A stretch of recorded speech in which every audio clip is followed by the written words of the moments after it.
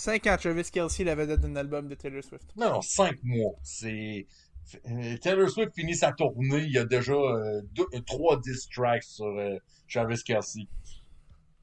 Puis je te dirais, je serais même pas surpris qu'il y ait un diss track sur Jason Kelce, juste pour bien faire. Ah, il va y avoir Spaghetti Air aussi sur Patrick Mahomes.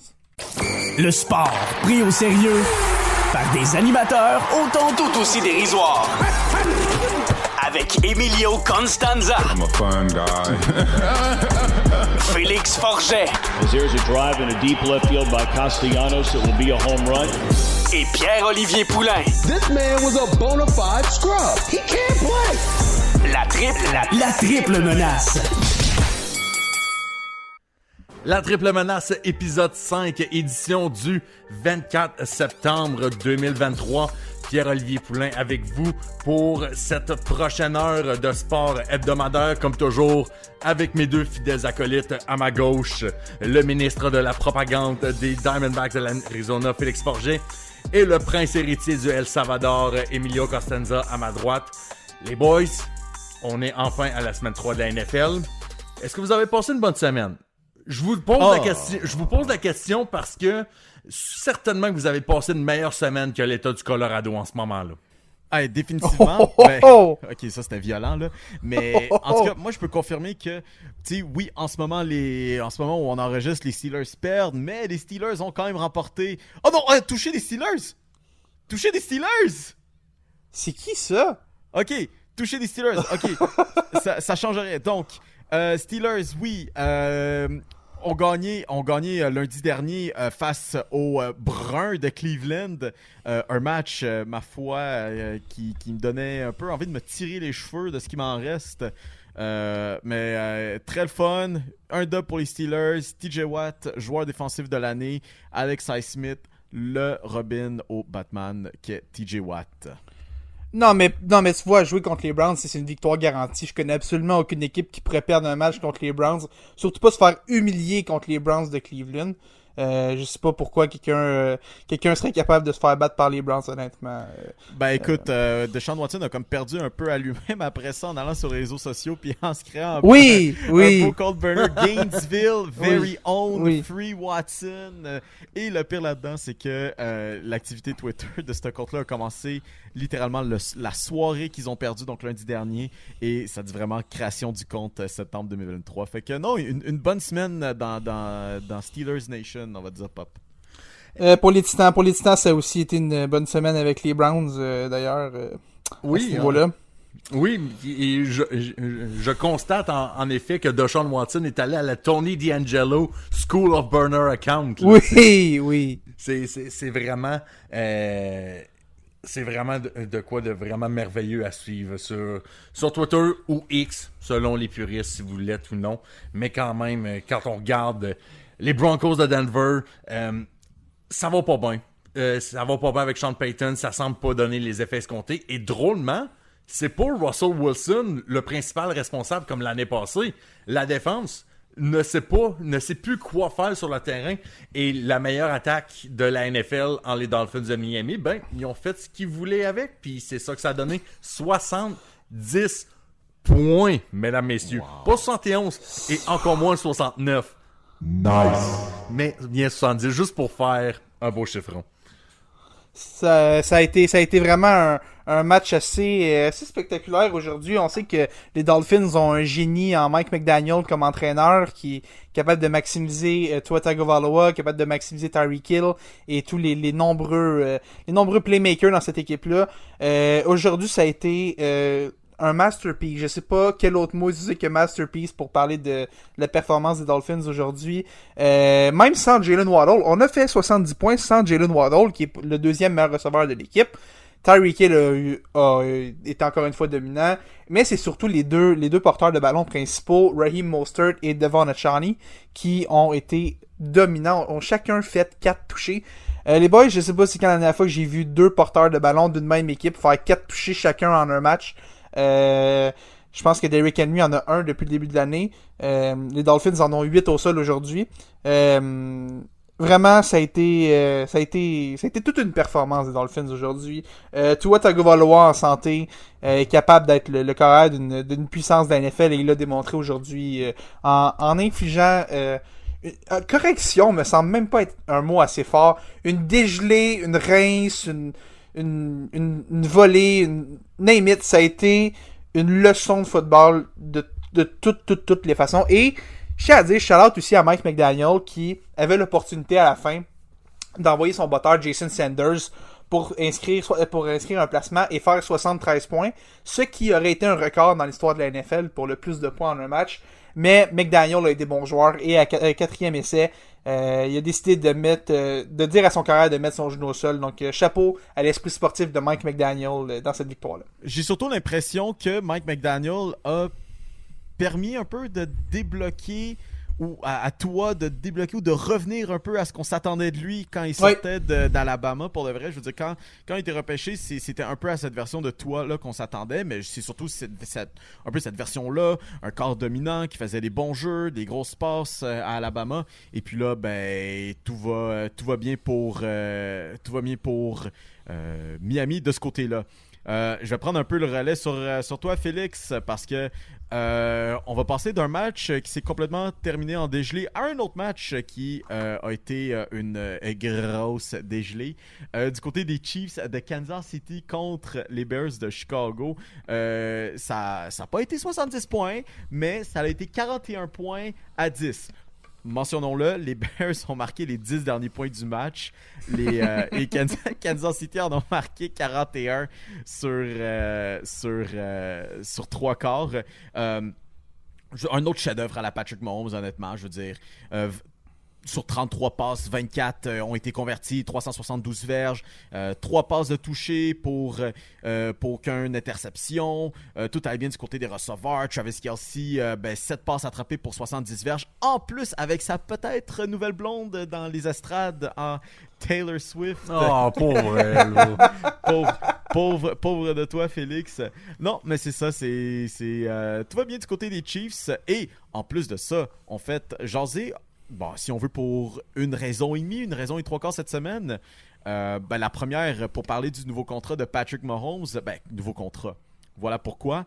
Quand Joe Burrow a signé son nouveau contrat il y a de cela un mois, on se disait que, on disait que c'était le plus gros contrat de l'histoire du sport, du football plus précisément, et que, ça crée maintenant un nouveau sommet sur le marché pour que Patrick Mahomes puisse atteindre. Ça a un peu été fait. Patrick Mahomes avait initialement signé un contrat de 10 ans, qui est honnêtement insane. Je veux dire, c'est même Ilya Kovalchuk ne peut rêver que de signer un contrat de 10 ans.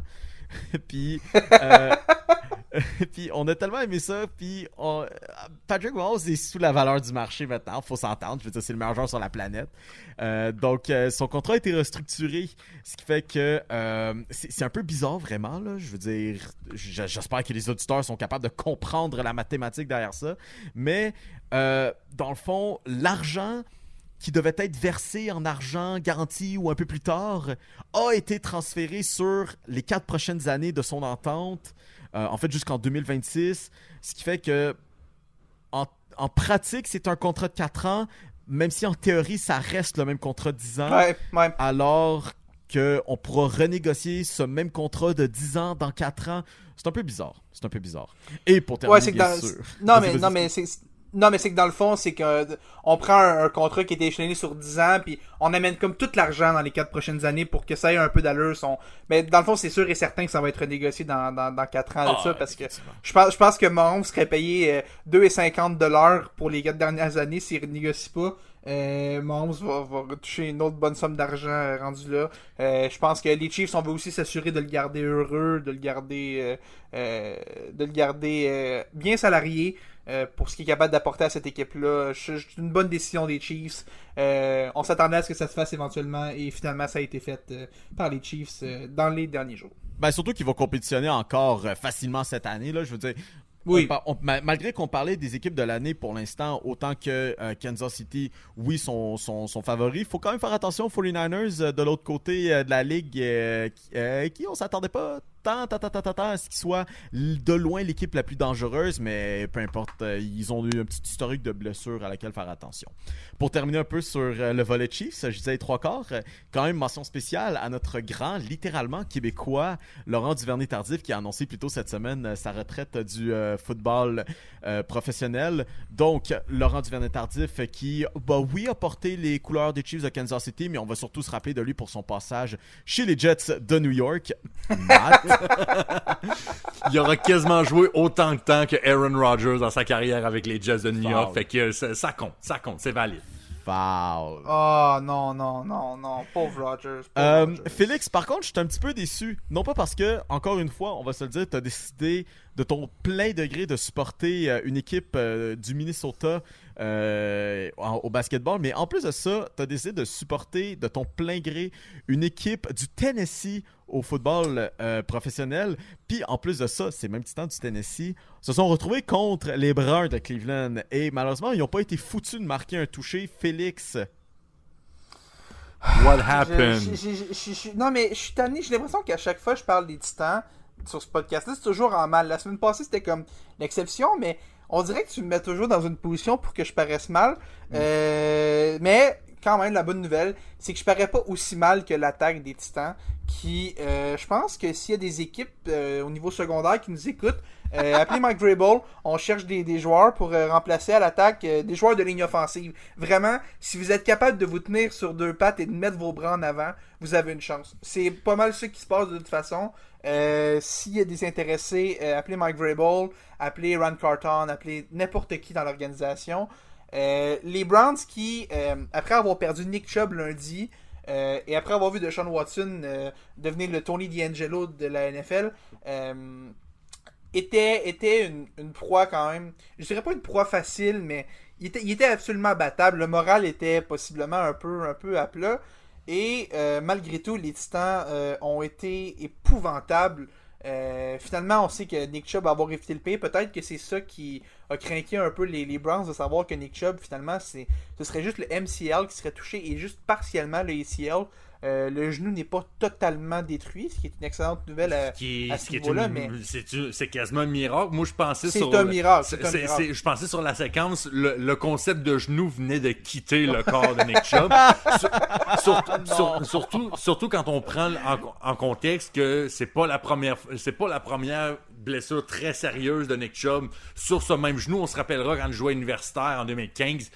Une blessure qui l'avait tenu longtemps à l'écart du jeu. Donc, on se demandait est-ce qu'on venait de voir le dernier jeu de Nick Chubb sur le terrain. Croisons les doigts que ça ne sera pas le cas, mais ça semble, en tout cas, du moins jusqu'à présent, ça ne semble pas être une blessure qui va mettre fin à une carrière. Mais Félix, t'as l'air déçu par tes Titans, mais je vais juste te faire remonter le moral un peu parce que c'est un peu ma job dans ce podcast-là, de te remonter le moral quand Mio te parle caca à toutes les minutes.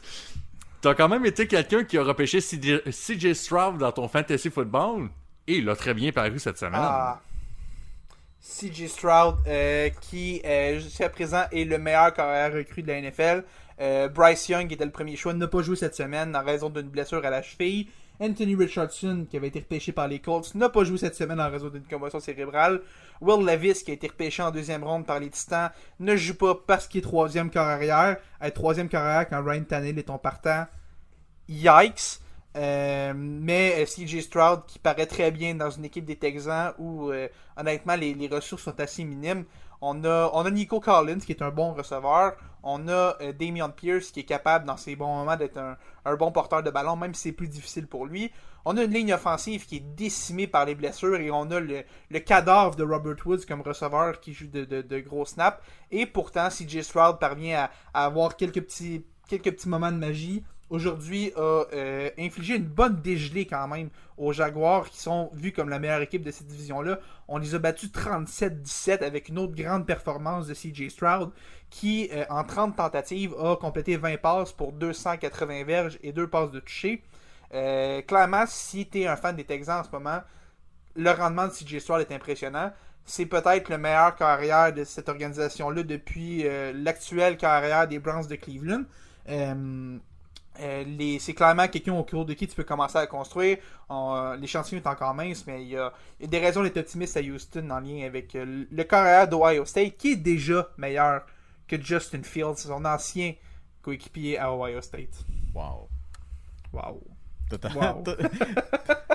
Ça, c'était quand même méchant. Oui. C'est jamais méchant si c'est un fait. Non, mais tu vois, en carrière, CJ Stroud a une game avec 300 verges par la passe. Justin Fields n'en a toujours pas. Non, mais ça, on peut l'attaquer sur l'organisation des Bears. Autant que... Oui, parce que les Texans, c'est une organisation qui n'est pas du tout dysfonctionnelle. Oui, les Texans. Non plus. Je vais donner un peu de crédit à Justin Fields, malgré que c'est un carrière qui manque un peu. Il manque pas mal de maturité par rapport à sa vision du jeu et choses de même. Parlant de carrière, un carrière que j'aimerais shout-out cette semaine, c'est Joshua Dobbs, ancien membre des Steelers de Pittsburgh, que j'ai jasé sur le podcast il y a 3 semaines au début de la saison régulière quand vous parliez en mal des Cardinals de l'Arizona. Moi, j'ai dit que j'avais confiance à cette équipe-là pour aller ramasser 3 victoires. Mesdames et messieurs, ils ont ramassé leur première victoire aujourd'hui contre les Cowboys de Dallas. Encore une fois, Dak Prescott montre à quel point c'est un carrière frauduleux d'une organisation frauduleuse. Et de l'autre côté, du côté des Cardinals, Joshua Dobbs n'a manqué que 4 passes, quand même amassé un mince 189 verges, mais ça s'est surtout passé du côté de l'attaque au sol avec un autre ancien Steelers, encore une fois, James Conner, qui a amassé tout près de 100 verges avec 98, chose qui avait un peu de misère à faire dans ces dernières années avec les Steelers, donc ça en dit long sur le talent de James Conner et de l'incompétence de Matt Canada, but move on. Mio, j'ai l'impression que les shots sont violentes aujourd'hui. Je sais pas si c'est parce qu'on parle de football, mais j'ai l'impression que ça tire des grosses phrases qui se disent aujourd'hui. Tant qu'à parler de joueurs mauvais, tant qu'en avoir fait une petite compilation, parce que cette semaine, j'ai rapporté les bums de la semaine dans la NFL, semaine 3. On en a jasé en long et en large, mais là, on a vu les performances. Maintenant, c'est l'heure de la remise des médailles pour les pires. Alors, nous avons en 3e place Ryan Tannehill. On en a parlé en long large. Sauf Ryan Tannehill, pour mettre un peu en perspective, c'est 13 passes réussies sur 25 tentatives, qui est à peine en haut de 50%, mais si c'est pas 60%, ça passe pas. L'école, c'est comme le football, ça passe pas. 104 verges, honnêtement, c'est totalement affreux. Je veux dire, même Lamar Jackson est capable de lancer pour plus que ça. Aucun touché, mais a fait sa meilleure imitation de Jordan Love aujourd'hui, parce que c'est un corps arrière qui a à peine la misère à avoir 50%, mais aucune interception. Ça, on va lui donner. Garrett Miles. Vas-y. Mais attends, Mio, je suis juste... parce que Gatan qui a creusé la tombe de mes titans, je vais donner la dernière pelletée de terre. Aujourd'hui, je te parlais des Dolphins tantôt. Les Dolphins ont fait 726 verges d'attaque aujourd'hui. Les Titans, en 3 matchs, pas un match, 3 matchs, en ont 721. Les Dolphins, aujourd'hui, ont amassé plus de verges à l'attaque que les Titans depuis le début de la saison. Ah ouais, puis une raison pourquoi aussi, c'est parce que Garrett Miles, il a bien mangé aujourd'hui avec 3 sacs et demi du corps arrière et dans le même élan, Derrick Henry washed alert. Arrête! J'en ai parlé un peu la semaine dernière. Je pense que cette théorie-là, je vais l'adopter d'ici la fin de la saison. En 2e position, pour les bums de la semaine, on en a parlé encore en long et en large, les Bears de Chicago. Donc, je l'ai dit, 41 points en 3 quarts d'action. Justin Fields, 3 petits points. Pour la médaille d'or, et sans grande surprise, la défensive des Broncos de Denver, 70 points alloués contre les Dauphins. On en a parlé, à 3 points d'avoir le nouveau record pour le nombre de points en un match par une équipe, bien sûr. Aucun sac en saison régulière. Faut quand même le préciser. Parce qu'il faut quand même pas oublier le légendaire 73-0 des Commanders de Washington dans un match de championnat qui était à l'époque l'ancêtre du Super Bowl. Donc imaginez juste un Super Bowl qui se termine 73-0. À quel point ça serait... Honnêtement, ça doit tellement être décevant. Il manquerait juste que le show de la mi-temps soit assuré par Maroon 5, puis ça serait le pire match de l'histoire de cette terre-là. Ou par Rusher en 2023. Oups. Oh. Rusher, c'est un gars. Rusher, moi, je suis down. Oups. Moi, j'ai déjà hâte que Lil Jon embarque sur stage. Bref, tout ça pour dire, pour terminer sur la médaille d'or des bums de la semaine, encore une fois, la défensive des Broncos, aucun sac du corps, aucune interception, puis absolument aucune pression sur Tua qui a complété 23 de ses 26 passes. I rest my case. Voici vos bums de la semaine, présentés par absolument personne. Ça met J'adore l'outro. Ça met le ton pour cette semaine dans la NFL qui se conclura demain pour cette deuxième semaine de test par les réseaux de télévision avec 2 matchs du Monday Night Football. Un premier match qui aura lieu à 19h15 heure de l'Est entre les Eagles de Philadelphie et les Buccaneers de Tampa Bay. 2 équipes toujours invaincus jusqu'à présent. Et à 8h15, on aura les Rams de Los Angeles contre les Bengals de Cincinnati. Parlant de ce concept-là, vous êtes à cheval sur quoi avec ce concept de 2 matchs le lundi soir? C'est horrible. Je déteste. J'essaie de comprendre l'intérêt. Si les matchs étaient distancés, si les matchs n'étaient pas en même temps, à la limite, mais là, je me ramasse à écouter 2 matchs à moitié. Quand c'est 2 matchs habituellement le lundi soir, c'est le match que je prends le plus de temps pour écouter. Là, je me ramasse à écouter 2 matchs à moitié. Mettez la hache dans ce projet-là le plus vite possible. Ou repensez-le, mais ça fonctionne pas. Mais en même temps, j'essaie de me mettre un peu dans les pieds du partisan qui tu sais, en veut du football, mais j'ai de la misère un peu avec cette vision. Puis honnêtement, ça se peut très bien qu'il y ait du monde qui écoute le ballon puis disent « Ah non, moi je trouve ça incroyable, c'est plus de football. » Mais justement, le point que t'apportes, Félix, le fait que ce soit 2 matchs qui n'est pas distancé parce que, ben, maudit, c'est un lundi, tu sais. Je veux dire, le monde travaille le lundi, tu sais. C'est quoi, vous passez une bonne journée de travail, fait qu'on récompense de votre lundi de merde, de votre 9 à 5 avec 2 matchs de football, mais vous n'êtes pas capable de vous concentrer. Non, c'est totalement horrible. J'ai pas envie d'avoir à regarder Troy Aikman ou peu importe qui parler pendant la mi-temps puis avoir un match après ça d'une équipe qui se passe à côté. La NFL, c'est pas TikTok. Je sais qu'on essaie d'aller chercher un public plus jeune en faisant des trucs avec Nickelodeon, mais j'ai pas besoin de 2 trucs en même temps pour me concentrer sur du football. Un match à la fois, moi, ça me va en masse. La seule chose que je vais dire, la seule chose que je vais dire, par exemple, c'est que dimanche prochain, pour le match à Londres, on m'a promis un broadcast de Toy Story. Et Mio, tu peux être sûr que je vais être à l'écoute du broadcast de Toy Story. C'est la seule chose que je tiens à dire. La nostalgie en moi a besoin d'écouter un broadcast de Toy Story de la NFL. C'est une nécessité. Toi, Félix, du haut de je suis né après le 11 septembre, qui est nostalgique pour Toy Story, alors que probablement Toy Story 3 est genre sorti presque avant ta naissance. Je trouve ça un peu rigolo un peu, mais bon. Ça, c'est un autre dossier qu'on suivra un petit peu plus tard. Honnêtement, j'aimerais savoir le nombre de téléspectateurs qui écoutaient le match entre les Saints de la Nouvelle-Orléans et les Panthers de la Caroline. Surtout au Québec, je pense, d'après moi, ça devait se compter sur 3 mois, gros maximum, parce que on se cachera pas. Je pense que, à part les streams illégaux, tout le monde était sur Cleveland contre Pittsburgh, donc ça sera à suivre. On espérera que ce concept-là meurt aussi rapidement qu'il est né de ce côté-là. Mio, expert du basketball, expert de la WNBA, c'est une semaine tranquille dans le basketball un peu, mais on a encore des petites rumeurs ici. Damian Lillard, Dwight Howard qui signera pas finalement avec les Warriors de Golden State. Est-ce qu'on va avoir droit à l'ultime ultimatum? Est-ce que le monde entier doit craindre Dwight Howard présentement? Tu veux ma réponse très honnête, sans filtre et avec absolument aucune objectivité journalistique? C'est pour ça qu'on est là. Le monde va dormir. Ouh!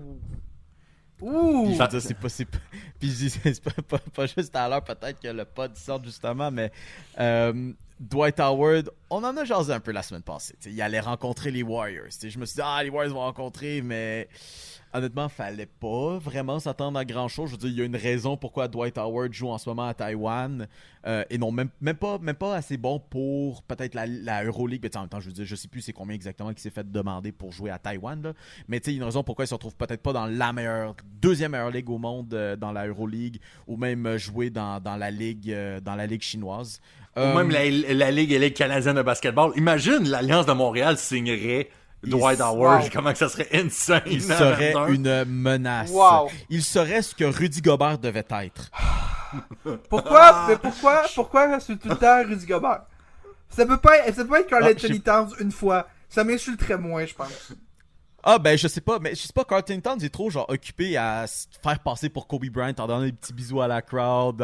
Mais t'es horrible. Hey, pour un gars que ces Raptors sont même pas capables de gagner une game sur deux, là.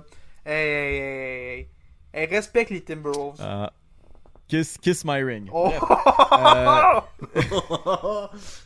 Donc, non, c'est ça, pour revenir à Dwight Howard, a passé un mot à la NBA qui allait être de retour finalement.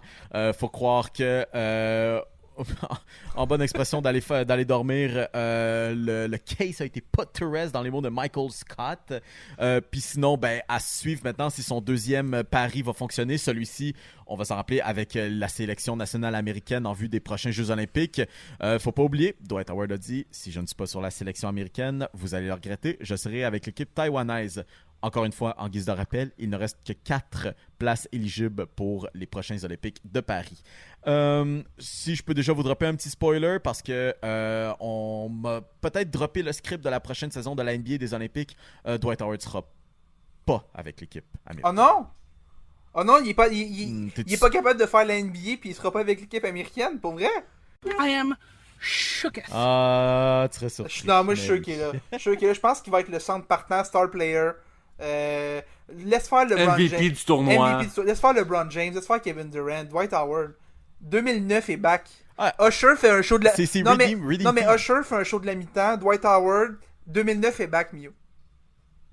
Ouais, 2009 est back. Il manque juste maintenant un centenaire du Canadien. Puis on va aller chercher Scott Gomez pour Ryan McDonough. Sauf que dans ce cas-ci, on irait avec, mettons, un autre bon jeune défenseur, genre Kaden Gooley. Mettons, on se défait de Kaden Gooley pour un joueur un peu âgé, bum, tu sais, mettons. Ouais, moi, j'avais pas ça. Hashtag too soon. Bref, sinon, l'autre rumeur qui fait bien jaser cette semaine, bien sûr, c'est Damian Lillard, parce que Damian Lillard n'a qu'une chose à l'horizon, et ce n'est certainement pas le Larry O'Brien, parce que Damian Lillard tient absolument à aller sous le soleil de la Floride et d'aller jouer pour le Heat de Miami. Aussi surprenant que ça pourrait l'être, il n'y a toujours rien qui est arrivé de ce côté-là. Malgré que, par contre, Brian Windhorst, faut quand même s'en rappeler, celui qui s'est fait un nom entièrement sur le fait de couvrir LeBron James quand il était au secondaire, a sorti cette semaine que Damian Lillard devrait être échangé dans la semaine à suivre. Donc, au moment que cet épisode sort, il reste à peu près 5 jours avant la date la date limite que Brian Windhorst a imposée pour un échange à Damian Lillard. En plus de ça, les Raptors de Toronto sont parmi les équipes favorites, donc je regarde ça de ce côté-là. J'ose imaginer que Pascal Siakam va faire partie de l'échange. Surtout que quand on regarde du côté des Trailblazers de Portland, on ne veut pas échanger Damian Lillard au Heat de Miami parce que, évidemment, ça limite les enchères pour le prix demandé. Fait que du côté des Trailblazers, je ne pense pas qu'on va réjouir Damian Lillard de ses demandes de transaction. Alors, à suivre de ce côté-là. Peut-être qu'il va rejoindre Dwight Howard à Taïwan, on ne sait pas. Moi, je l'ai l'affaire, OK? Moi, je dis, si tu es Masai Ujiri, OK, tu viens chercher ton ambassadeur international, Aubrey Graham, autrement appelé Drake, OK? Damian Lillard... Jimmy dans Degrassi. Jimmy dans Degrassi. Mais il pourrait, si on peut me permettre la mauvaise blague, shooter une idée à Masai Ujiri, parce qu'après tout, il travaille de près avec les Raptors. Damian Lillard, qui aime bien faire de la musique, Drake fait de la musique. Une prime spéciale, OK? Si Damian Lillard vient à Montréal, à Toronto, on peut offrir un album duo Drake et Dame Dollar. Wow! On l'a. Mais Mio...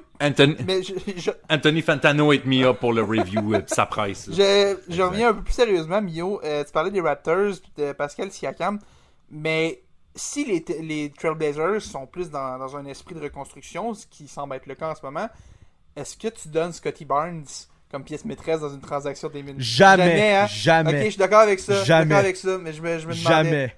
Jamais. En même temps, tu sais, je veux dire, ça peut essayer d'aller all-in. Je veux dire, tu sais, puis tu sais, ça va faire mal sur le coup. Puis c'est au même titre que quand DeMar DeRozan a été changé pour Jakob Poeltl en retour de Leonard puis Danny Green. Là. Je veux dire, oui, c'est un truc qui a fait mal sur le coup parce qu'on est comme... DeRozan faisait partie de l'organisation. Sauf que, on va se dire, les Raptors, dans ce temps-là, étaient toujours à cette petite chose près de passer en prochaine ronde. Et là, LeBron James était toujours dans les pattes. Malheureusement, les Raptors sont pas au même stade. Fait que je pense même pas que d'avoir Damian Lillard accompagné d'un Pascal Siakam et Jaren Trent Jr. devrait remporter un championnat. Là. Je veux dire, s'il essaye, ok, tant mieux, mais je pense pas que les Raptors sont dans la même situation de go all-in. À suivre, mais c'est certain que moi, je n'échangerai pas Scottie Barnes. Non, mais dans le fond, je pense que la réponse à la question Scottie Barnes est assez simple. Les Raptors doivent se demander qui est le vrai Scottie Barnes. Est-ce que c'est celui de sa saison recrue ou c'est celui de la dernière année? Parce que si Scottie Barnes a pique à sa saison recrue, là, tu peux l'échanger. Peut-être que Scottie Barnes ne reviendra pas à ce niveau-là. Est-ce que Scottie Barnes est-ce que Scottie Barnes recrue est le vrai Scottie Barnes ou c'est celui qu'on a vu l'an dernier? Non, je pense pour de vrai que Scottie Barnes, sa saison recrue, est le Scottie Barnes auquel on devrait s'attendre. Puis il devrait avoir un plus gros rôle cette session, mais en même temps, le fait que Nick Nurse ne soit plus maintenant l'entraîneur-chef des Raptors, ça va être un changement de philosophie. Autant que, tu sais, je dis oui, c'est le Scottie Barnes qu'on a vu. Scottie Barnes non plus, je pense que dans un système de Darko Jarakovic, va pas être non plus le genre de joueur qui va marquer 20 points, accumuler 10 rebonds. Je pense que ça va être un jeu plus global. Je pense que Rajakovic va amener un peu sa sauce à l'européenne, quelque chose qu'il a amené chez OKC, de partager le ballon. Moi, je veux juste un Scottie Barnes qui est capable d'être le meilleur joueur défensif chez les Raptors, autant que d'être un joueur tout autant redoutable à l'offensive et d'être le meneur que cette équipe a besoin, bien honnêtement. Là. Je veux dire, autant qu'on aime Pascal Siakam, je pense qu'on a besoin d'une nouvelle voix dans le vestiaire. Là. Oui. Tu sais, je pense aussi, puis on le voyait, là, la chimie, l'esprit de corps, je pense qu'on le voyait l'année passée, il y avait vraiment personne qui était vraiment heureux dans cette équipe des Raptors-là la saison dernière, puis c'est probablement ça qui a coûté la job à Nick Nurse, qui est maintenant rendu avec les 76ers de Philadelphie. Maintenant, Fred VanVleet n'est plus là. Est-ce que vraiment Damian Lillard est vraiment la pièce manquante pour peut-être retourner en série et peut-être maximiser le potentiel de tout le monde, surtout celui de Scottie Barnes? Là est la vraie question, mais on a quand même un entraîneur recru qui s'en vient du côté des Raptors. Est-ce que c'est vraiment là qu'on souhaite se rendre jusqu'au bout, faire une poussée pour essayer de gagner au moins quelques rondes en séries éliminatoires? Là, ça reste en haut.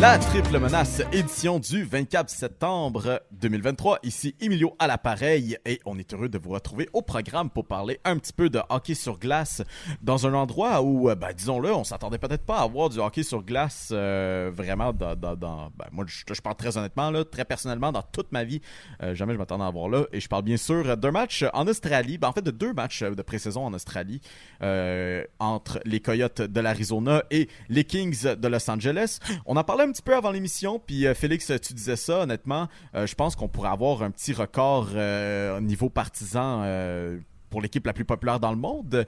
Je veux dire, si les Coyotes ils commencent à montrer leur influence dans le monde au grand complet, je pense que les autres équipes vont en avoir pour leur argent. Sinon, niveau camp d'entraînement, battre de leur plein fouet, et des petites histoires sortent à gauche et à droite, et une qui est relativement intéressante se passe du côté de la baie de Tampa, bien sûr dans la Floride. Quoi de mieux qu'un Florida Man sorti tout droit de Toronto en Steven Stamkos pour faire la une du blog hockey. Donc, Steven Stamkos, on va se le dire, visage de la franchise du Lightning de Tampa Bay depuis, disons, les départs de Le Cavalier et Saint-Louis. Fait jaser parce que, comme on le sait très bien, il est agent libre sans restriction à la fin de la saison. Stamkos a exprimé son désir de poursuivre et potentiellement terminer sa carrière à Tampa Bay, alors que du côté de l'organisation, on n'est peut-être pas tant sûr. malheureusement, l'opportunité avec Montréal est un peu ratée. On va se rappeler un peu de l'épisode de Twitter de quand Stamkos était à Montréal durant la saison morte et a pris des photos des journalistes qui l'ont suivi jusqu'à son hôtel. Sans nécessairement parler de Stamkos et Montréal, parce que bien sûr, on ne veut pas parler de ça, là.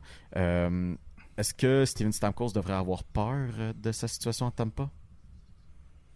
Je pense que ce qui est particulier dans le cas de Steven Stamkos, c'est que quand tu regardes les dernières grosses négociations à Tampa, on a négocié avant, un an complet avant que le joueur devienne joueur autonome sans restriction. On n'a pas laissé le gars débuter une saison comme on le voit avec William Nylander en ce moment, comme on le voit avec Stamkos, débuter sa dernière année de contrat sans avoir une prolongation de contrat.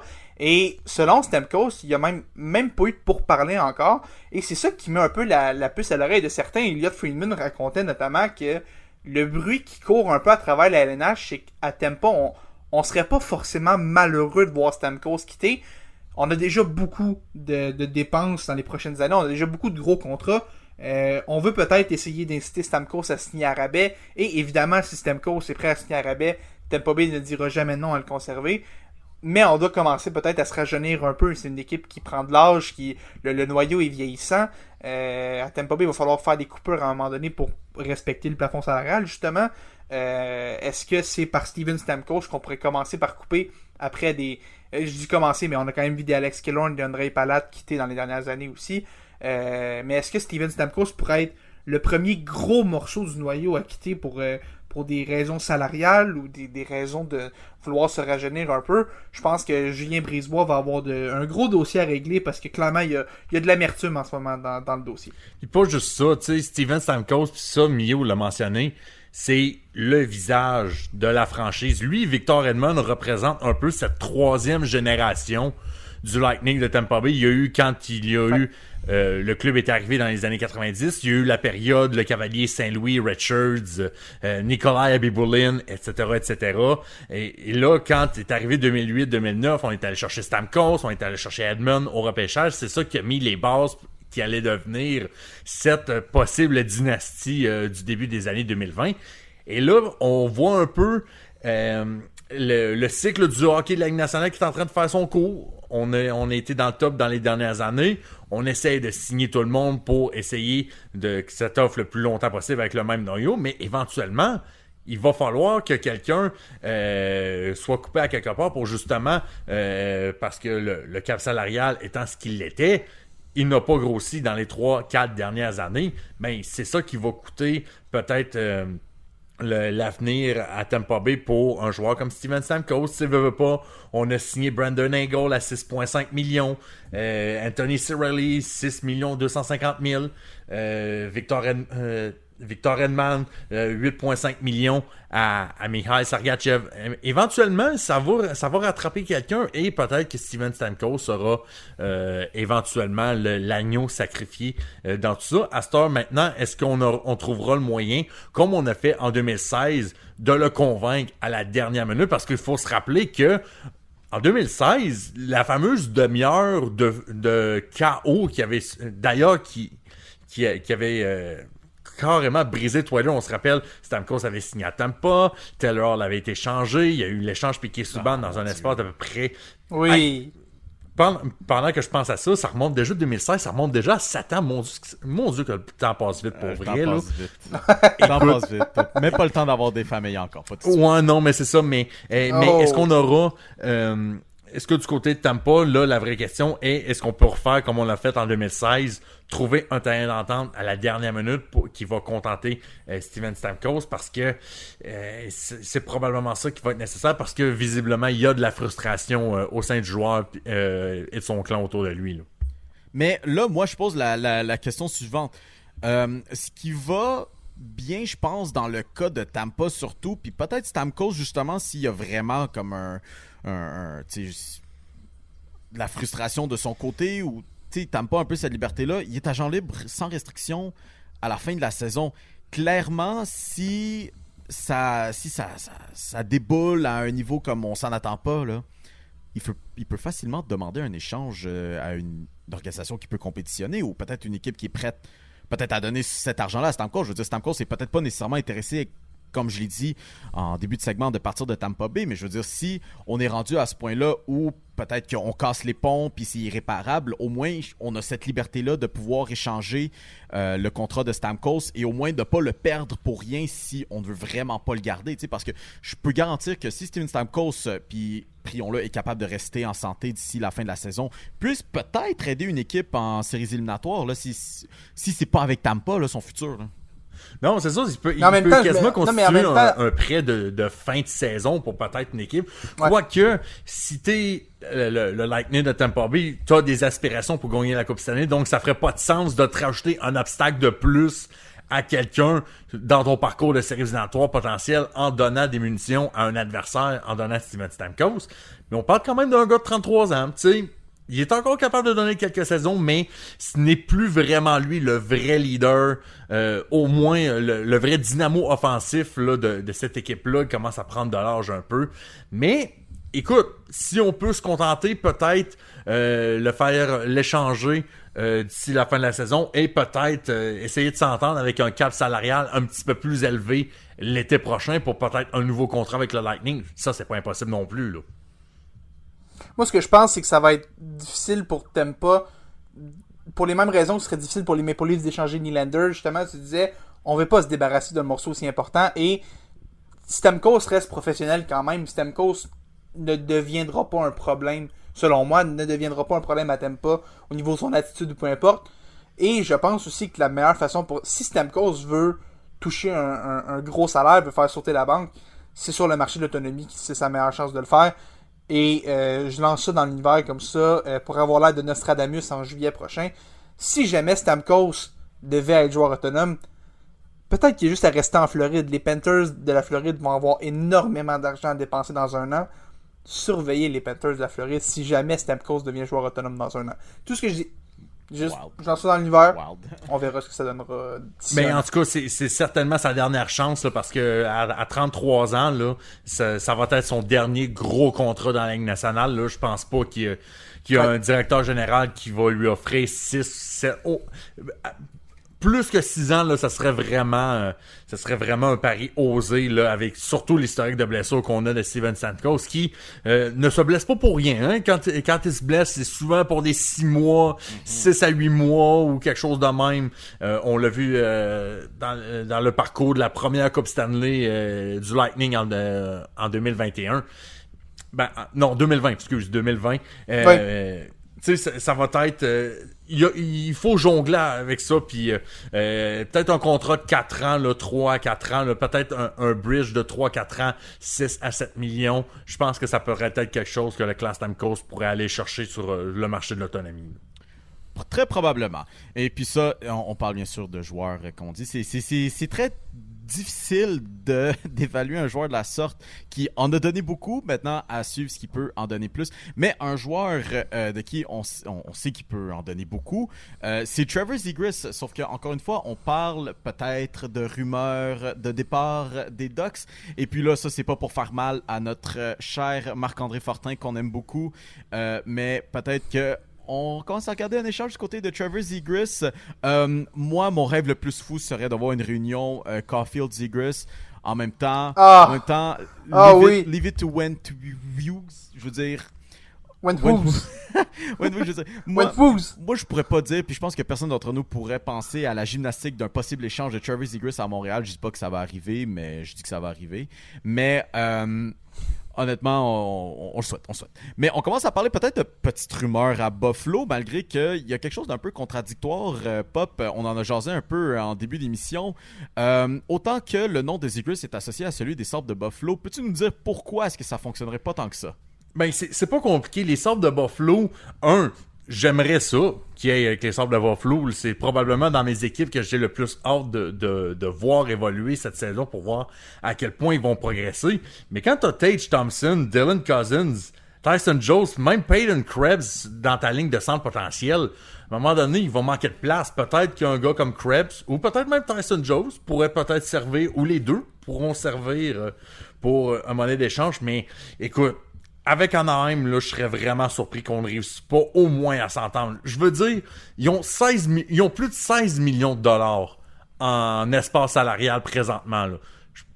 je comprends qu'on veut essayer de sauver quelques millions de dollars ici et là, mais essayer de signer Trevor Zegras à 3 ou 4 millions de dollars, là, je pense qu'à un moment donné, là, c'est bien beau être fin dans la vie, là, mais à un moment donné, il faut prendre son gaz égal. Là.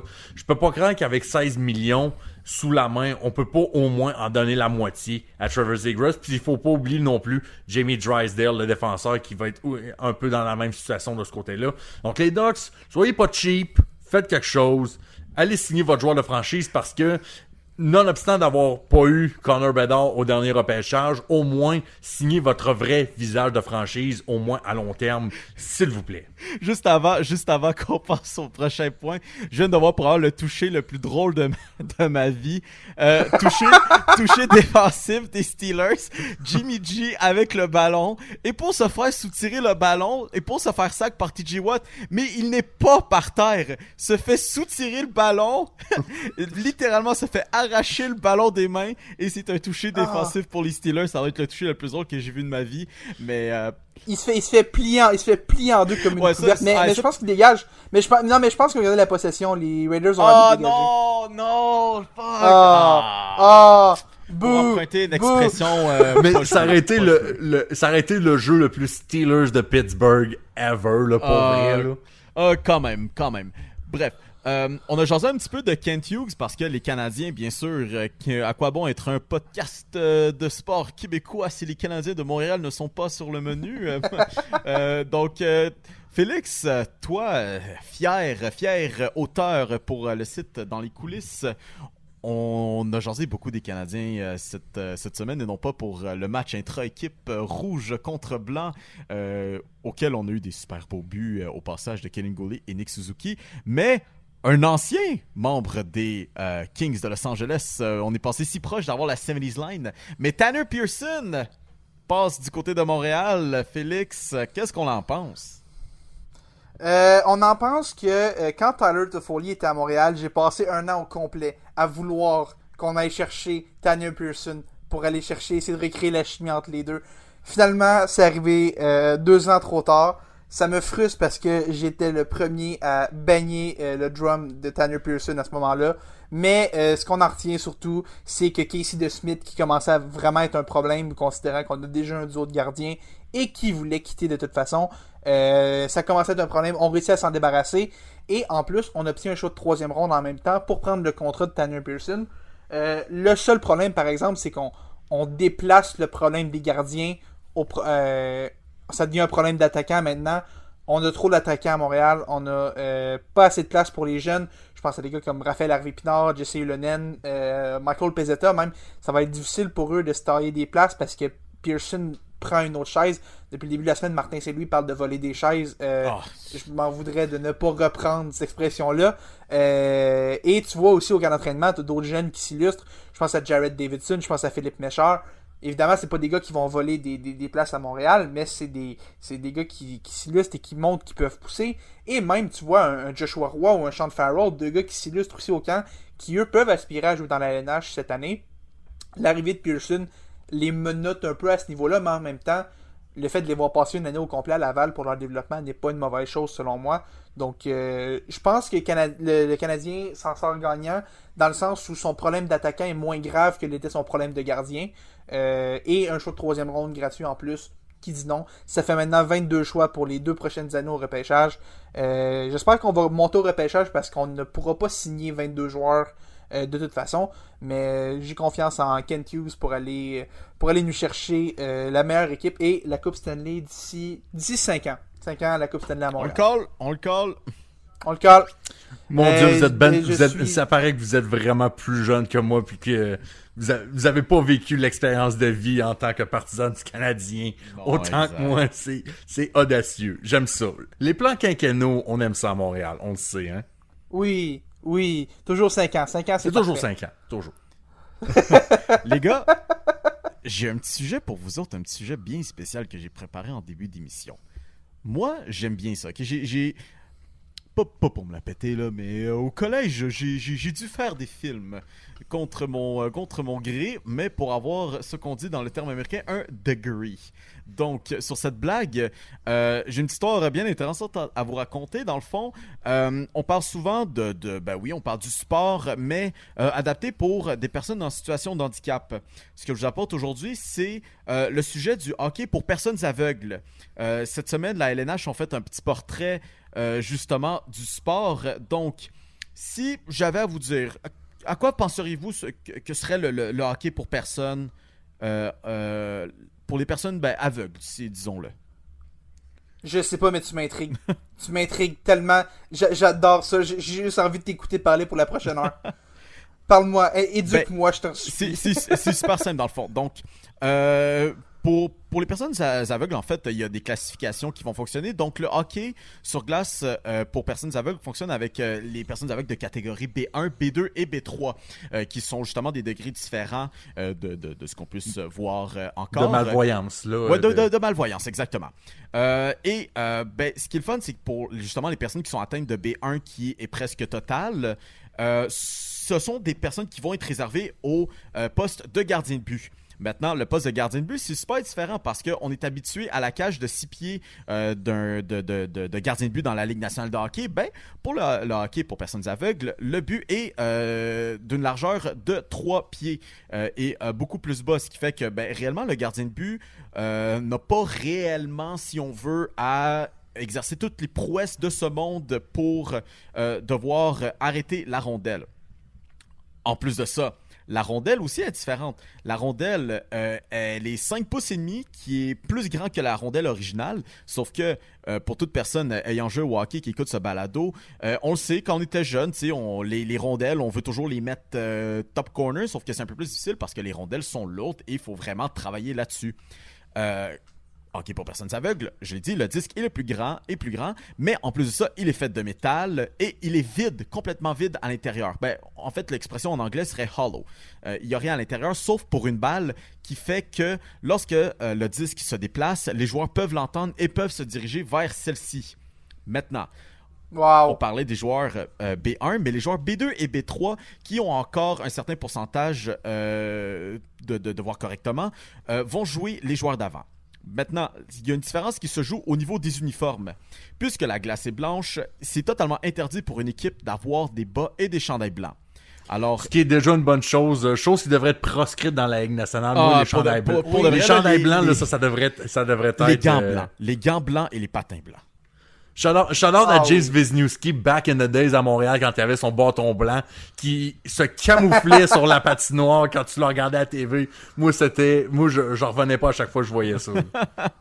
Puis bref, donc pour histoire de faire contraste avec la glace, souvent les joueurs vont avoir des uniformes soit noirs ou des uniformes jaunes, ce qui fait que pour ces personnes-là, on est quand même capable de percevoir ces couleurs-là, surtout en contraste avec la glace. Maintenant, on est capable de se rendre à la rondelle, on est capable de, si on veut, voir un peu, de percevoir les autres joueurs. Maintenant, une fois que la rondelle est rendue en zone adverse, de un, il y a une condition, c'est minimum une passe. Il faut vraiment une passe pour se rendre en zone adverse et être en attaque. Une fois que c'est fait et qu'on est rendu en zone d'attaque, l'arbitre n'a qu'une chose à faire. Il y a un petit sifflet très spécial qui déclenche à tout le monde. On est en situation offensive, ce qui fait que pour le gardien qui n'a pas mal que son ouïe sur lequel se repérer, va être capable maintenant de se mettre en certaines positions prêtes pour pouvoir arrêter la rondelle. Donc, comme ça, cette personne-là n'est pas au désavantage. Donc, c'est un petit sujet que j'avais sur le hockey pour personnes aveugles. Quelque chose que je trouvais vraiment cool. Puis, honnêtement, je crois mérite d'être parlé un peu plus. Je sais pas vos petites réactions à chaud par rapport à ça, là. C'est vraiment nice. Surtout que au début, je trouvais ça vraiment weird comme concept de prendre ceux qui ont le plus gros degré de malvoyance dans les buts, alors que ton atout principal, c'est justement de voir et essayer de bloquer la rondelle. Fait que j'espérais vraiment voir qu'il y avait des changements parce que ça aurait été injuste là, pour de vrai. Mais quand même, on parle beaucoup de hockey paralympique, là, vraiment en luge pour les personnes qui sont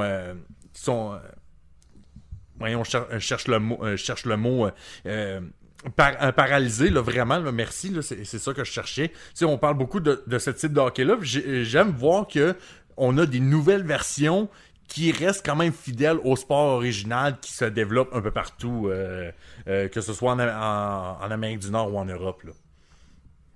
Non, moi, ce que j'aime, ça ajoute aussi une certaine accessibilité au sport, puis je trouve que c'est une plus-value toujours d'attirer le plus de gens, puis d'adapter le sport justement à ces gens-là pour leur permettre de le pratiquer. Je trouve que c'est beau de voir qu'on essaie de trouver des façons innovantes de leur permettre de participer à ça, parce que, comme tu disais, c'est vrai que être malvoyant, c'est quand même un gros désavantage au hockey, surtout pour un gardien, comme tu disais, mais en l'adaptant un peu comme ça, je trouve que ça donne accès à une population qui n'avait pas nécessairement accès à ça, et vraiment, je trouve que l'idée est excellente. Je suis très intéressé par ça, et oui, je pense qu'on devrait plus en parler, effectivement. Moi, j'aimerais ça voir un peu l'équivalent de personnes malvoyantes de Dominique Hachek qui essaie de faire des arrêts spectaculaires devant le filet, mais en faisant des acrobaties sur la glace, à quel point ça serait super phénoménal comme prouesse à faire dans le sport.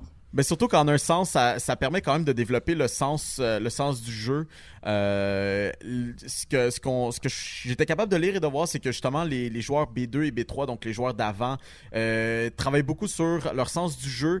Donc justement pour ne pas rentrer dans la bande à tout bout de champ, c'est quelque chose de très important à développer.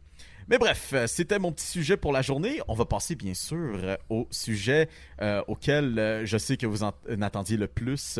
Et non pas pour tes Red Sox de Boston, Pop, ou peut-être non plus pour tes Yankees, Félix, mais une chance que t'as toujours les Diamondbacks au pire aller. Au niveau du baseball majeur... Encore une fois, on se rapproche de la date fatidique. Les séries éliminatoires arrivent. Le mois d'octobre arrive. Et encore une fois, dans chaque division, c'est compliqué. On se bat pour la première place, pour la deuxième place, pour la place de wildcard. On va commencer tout de suite avec l'Ouest de l'américaine parce que on dirait que personne n'a réellement envie de gagner cette division-là. Et je dis pas ça très sérieusement que personne n'a envie de gagner. Bien sûr que toutes les équipes ont envie de gagner, mais si on y va sur un ton un peu humoristique et un peu troller, là, honnêtement, il n'y a pas une équipe qui est capable de se décider à vouloir gagner cette division-là. C'est fascinant. Je lisais cette semaine, c'est la première fois de l'histoire avec 10 matchs à faire pour les équipes, on a une triple égalité à moins d'un match. Là, ça a changé un peu au courant de la fin de semaine, mais on voit que tant les Rangers, les Mariners que les Astros, les trois peuvent espérer soit gagner leur division ou être en dehors des séries. Ça peut aller absolument partout. Les Blue Jays étant l'autre équipe qui pourrait ruiner un peu les espoirs de série de ces équipes-là.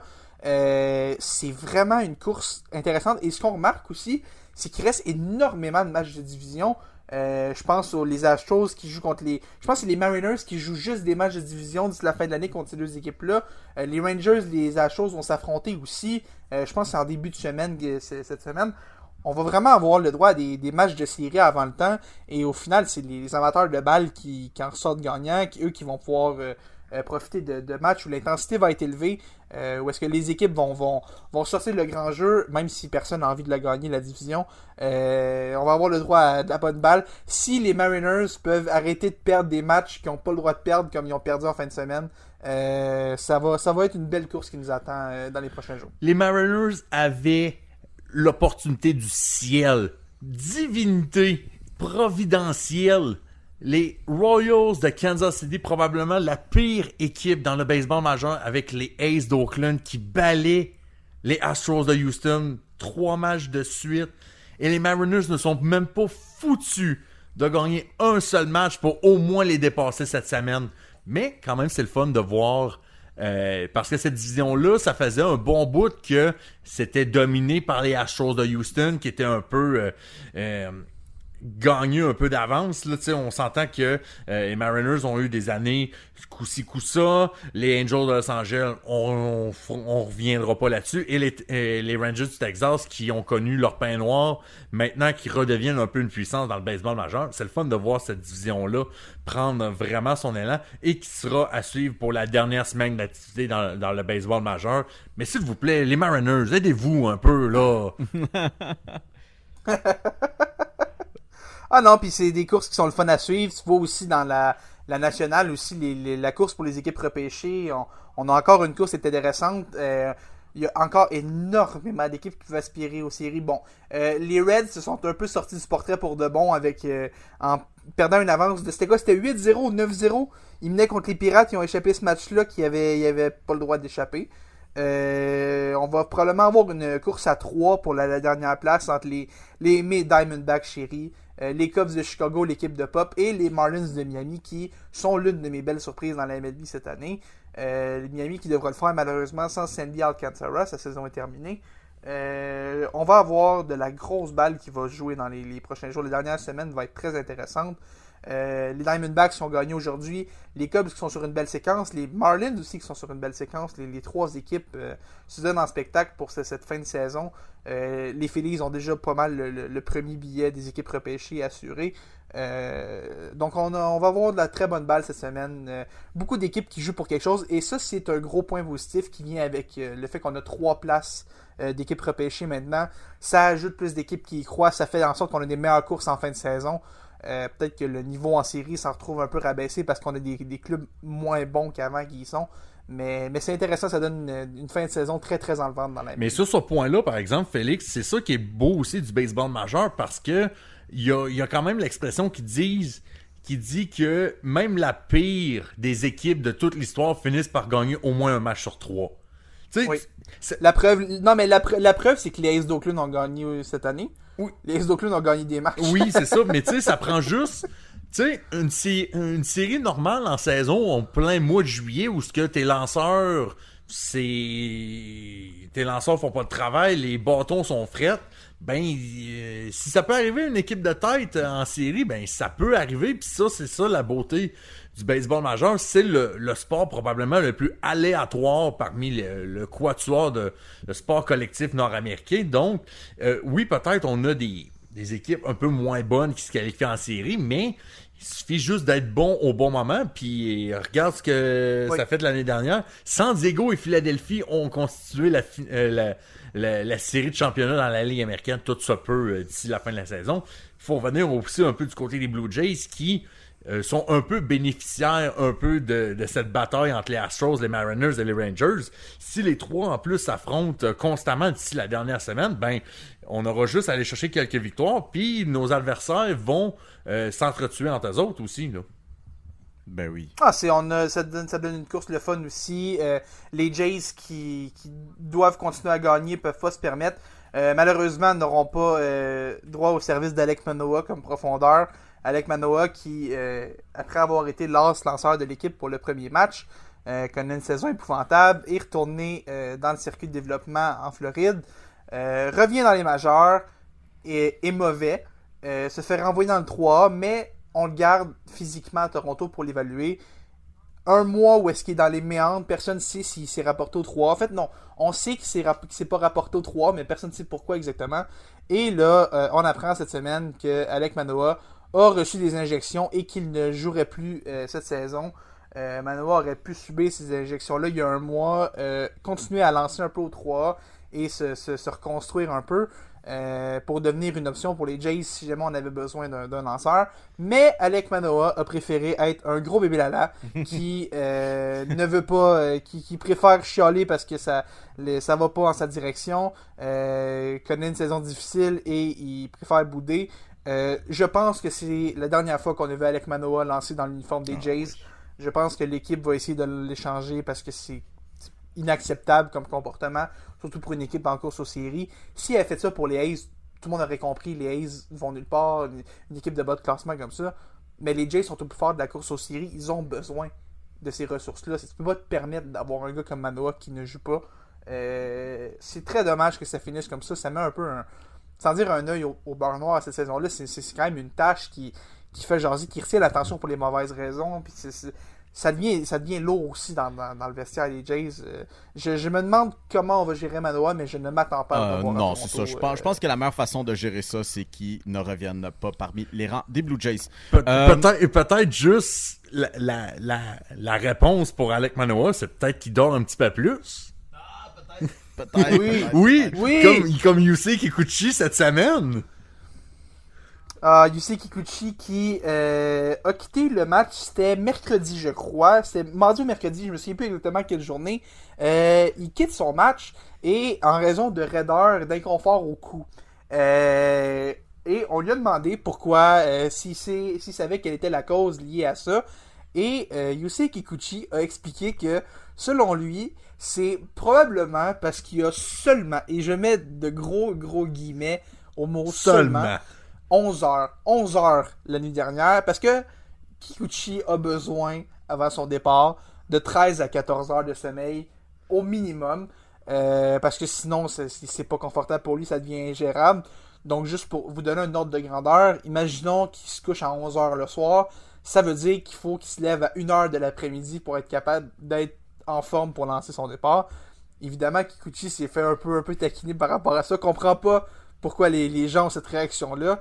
Mais je suis content pour lui, c'est content de voir qu'il s'occupe de son sommeil, qu'il dort bien. J'aimerais bien. On devrait prendre exemple sur lui. 14 heures par nuit. C'est pour ça que les joueurs de baseball, je les aime particulièrement. Ils ont des rythmes de vie tellement laid back, c'est correct. Tu sais, ils prennent soin de leur santé. Don't get me wrong. Mais tu sais, quel travail te permet de dormir 13 à 14 heures par nuit?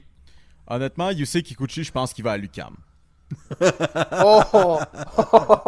mais je pense aussi que Kikuchi devrait, si c'est des crampes le problème, qu'il devrait s'inspirer d'un ancien japonais qui a joué pour les Jays, Munenori Kawasaki. La légende. Et manger des bananes. Et manger 3 bananes, parce que comme dirait Munenori Kawasaki, monkeys never craps.